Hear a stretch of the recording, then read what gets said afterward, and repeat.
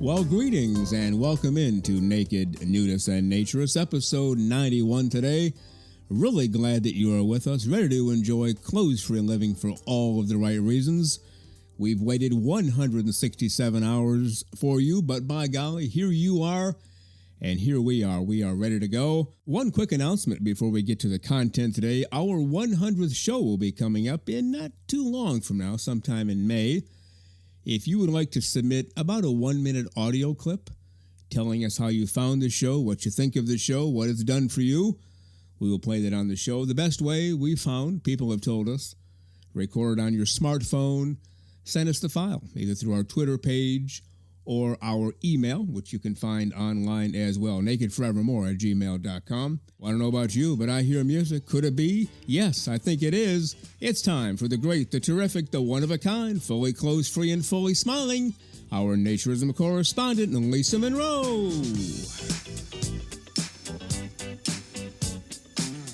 All right, we wanted to get to Women in Nude Recreation. It's Women in Nude Recreation Month. And 2 weeks ago on March 8th, it was Women in Nude Recreation Day. And Lisa, as a woman, wanted to get your thoughts on this. Many women have told me, oh yeah, I need my time with my girls. I've heard many times. Any thoughts on that? Well, I think there is some truth to that, and that as culture in our society and as our society's grown, we have seen, women tend to flock with other women because we share the same experiences.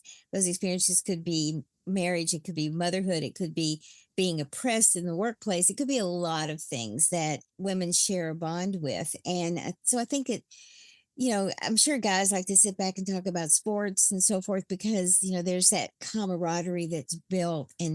But for women, it's, I think, a little deeper because we tend to be a bit more emotional. And I don't mean emotional in like boo-hooing, but a little more emotional about what we feel and what we think. And so sometimes that's kind of hard to do in a mixed group. And with that, Lisa Monroe, we must head for the hills.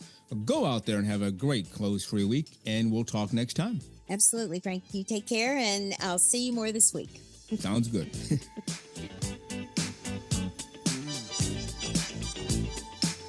Let's get to part one now of my interview with Rick from Kick-Ass Nudists. For me, it's not just a lifestyle, it's a way of life. Mm-hmm. And actually, realistically, it was kind of life-saving for me back in the day.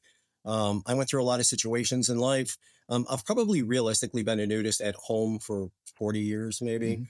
Mm-hmm. Right. And then I started going out to some clubs and some resorts over time. However, at one time, I became an introvert nudist where I really just stayed at home. I had an injury where I broke my back and I gained a lot of weight. Okay. And I started having body self-esteem issues. Okay. And one of the things I found going through and searching different things was nudism and acceptance, a non-judgmental community who accepts you as you are, and they just want you to be happy and free as you are. And I think that's another reason why is you have places that once were, nudism and nudists, and now they're more lifestyle based. And people have questions. So when they walk into those communities and they expect nudism or nudists to be there, and then they start to kind of see other things, they kind of get that preconceived notion that this is kind of what the lifestyle is about. And it really isn't. There's many places you can come, Lake Como.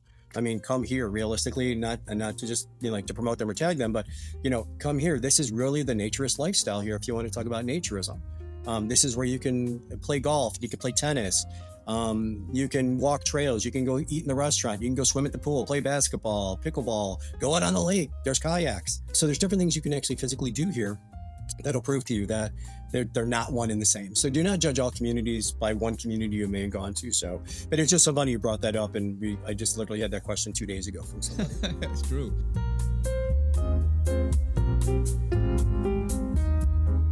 The terrific Rick from Kick-Ass Nudists in Florida, a true naturist, and we truly appreciate all that he does for the world of naturism. And on next week's show, which will be episode 92, part 2 of my interview with Rick from Kick-Ass Nudists.